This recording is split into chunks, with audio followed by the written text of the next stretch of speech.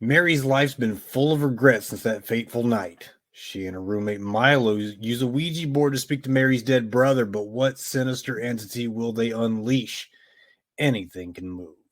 I watch the gore, guts, and glitter of deadly dealings in this Slasher Sports Cinema.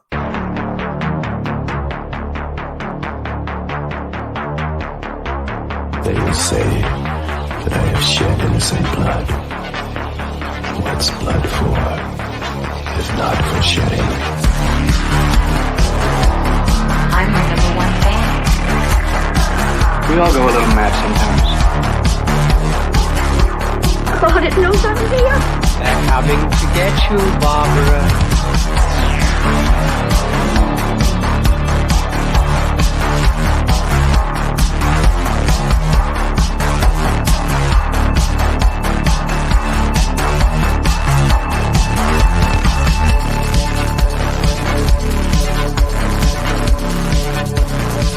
You're listening to the Slasher Sports Show with Billy Graves.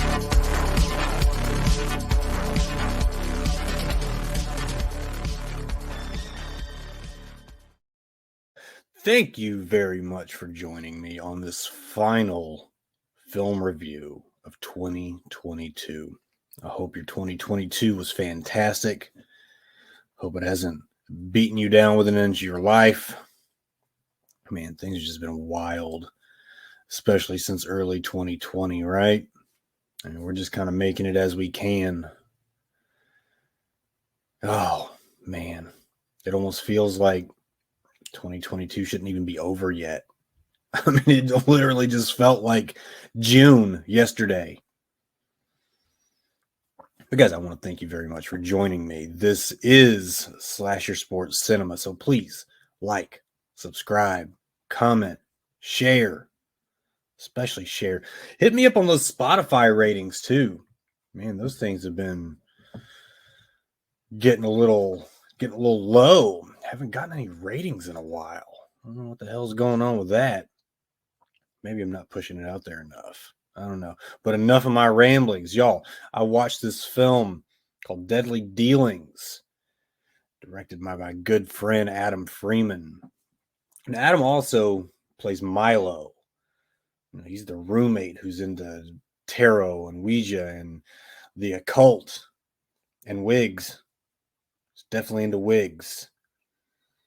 This is actually his debut, his directorial debut. Deadly Dealings directorial debut. You know, I like me some alliteration. You're going to know him from Cannibal Hookers, Bigfoot Exorcist, and Reunion from Hell, among other things. You know, we're kind of in the same circle of friends, you know. But like I said, this is a directorial debut to the best of my knowledge. He's a fellow Tennessean.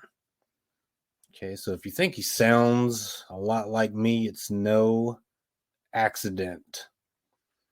We are both hillbillies. I think he's stomping around Louisville these days. I could be wrong about that.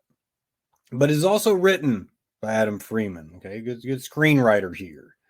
And you're going to see a lot of the ideas in this film coming straight out of the mind of Adam Freeman. It stars Roni Jonah. Okay, she was also in Bigfoot Exorcist. Volumes of Blood, which is an anthology type horror flick from, I want to say it was like 2016, 2017, maybe a little further back. She's also in one of my favorite titled films, Debbie Does Demons. Yeah, Dallas No More. We're going to stick to demons. She's also a professional wrestler. Spent some time in the WWE developmental territory when it was OVW. You know, the fact that she looks like she could squat a Buick should give some kind of indication of physical fitness here. Actually, a few of the people that I've been talking to lately have that wrestling background. You know, Nadia White, she's been in the ring, and now Roni Jonah. Big props to Roni in this film, by the way. Fantastic job done. Jessa Flux, a former Slasher Sports Cinema guest of honor, and all around a hammer, might I say. You're going to know her from the upcoming Murder Size, the 80s throwback fitness scene horror. It's an A&P Productions film. Been talking to those guys a lot lately. Man, they're some great people. They do not mess around. They're going to be doing some big things in 2023. Murder Size and otherwise. I can't fucking wait to see that film. She was also in, of course, we went back and forth on how to call this film, but XXXmas, maybe it's called Triple Xmas. I don't know yet. It's an upcoming Christmas horror flick directed by James Dean. Not the porn star. Not the dead guy either. That would be somehow weirder. But Jessa sporting a southern accent in this film in Deadly Dealings. And it's giving me Blanche Devereaux vibes. I'm all the way here for it, though. Jessa does no wrong. You ask anybody associated with slasher sports, Jessa Flux does no wrong. Take it to the bank. Also stars Stephen McGill. Stephen McGill did an interesting job here. He's also from Debbie Does Demons. He's from Truly Madly. And a film I know you're tired of me mentioning, the upcoming Curse of the Weredeer. Of course, I'm not gonna stop mentioning it, but whatever. But before we go any further, y'all, we have got to look at this trailer to know what you are truly dealing with in Deadly Dealings. So let's kick it off. See what we can look at. Oh, the old music box. So you never want a music box in a film like this. You just know some sinister shit's about to go down. I'm the medium, and only I can talk to the spirits, but you must be respectful. Listen to him. Listen to Adam. Of the ancestors of our past and the creatures and monsters in between. That's a Tennessee accent if I've ever heard one. Here with us today. You ever seen a Ouija board in a film where things just turned out okay? I haven't.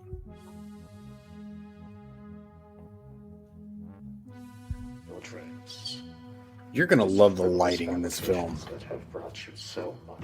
You caught a glimpse of the foliage. It was all red, purple, whatever you want to call it. I think purple. You can give me my brother back. And all I have to do is give you my dreams. Your dreams. Your brother will be with you. Your family will be whole. Your life will be yours. As you've always wanted it to be. Yeah. Deadly Dealings. This is just a small glimpse of what's going on in this film, okay? But that gives you the gist. She's lost her brother. She wants him back, and, making a deal with the devil is the only way you can do it. And of course, that never turns out good. Never turns out good. Not since the devil went down to Georgia has anybody made a deal with the devil and it benefited him. But like I said, visually, this film is beautiful. You're going to see vibrant colors, a lot of bisexual lighting, which if you're not familiar, it's the use of purple, pink, and blue lighting simultaneously to kind of, set the scene.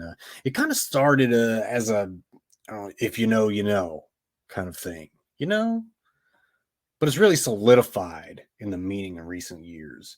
But also you're going to see homages. How do you say that? I like to say homage when I'm being fancy, but I'm paying homage to something. But you're going to see homages to the likes of Ann Biller, Lucille Fulci, Mario Bava. And the costumes and wigs are certainly Biller-esque. Per Freeman himself. But also got shades of Biller from the colorful environments. She's known for that as well. But much of the internal lighting is going to remind you of Bava, especially if you like the film Lisa and the Devil. That's what it did for me.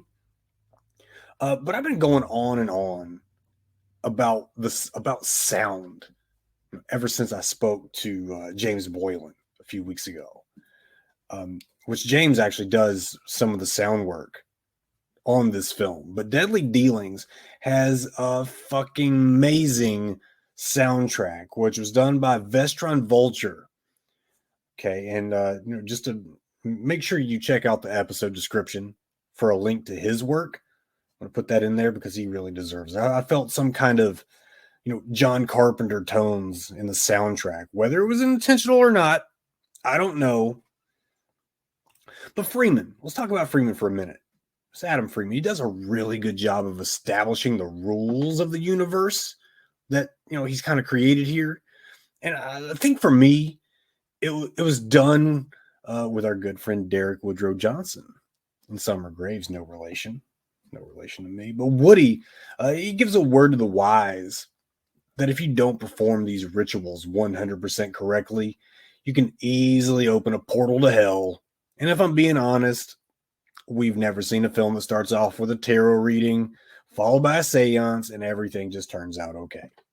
We've established that. Things are not going to turn out okay. If they turned out okay, there's no movie. Easy enough. But will this film be the exception? No, says I. Ninja Star. But I have it on good authority that this, there was a lot cut from this film. And, for good reason. There was a lot that this cast and the crew went through on personal levels. And the scene that you'll find to be called the therapy scene. It was shot in full, but it was full of real emotion. And, while it would have, made for some great, powerful viewing, it was better removed from the film. But when you see this film, make sure you stay for the post-credit roll. You'll get a glimpse of what I'm talking about. Beautiful, beautiful ending. But this is a film about the loss of loved ones. It's a film about, the wanting of the return of those loved ones. But in true horror fashion, we process that grief in our own fun little way. Adam Freeman, you've done a good thing here. Done a really good thing. And this Swiss Miss is for you. Swiss Miss is not sponsoring the show, by the way. And I think I've consumed copious amounts of Swiss Miss on this show. And I think you should throw me a bone or another 30-pack of hot chocolate.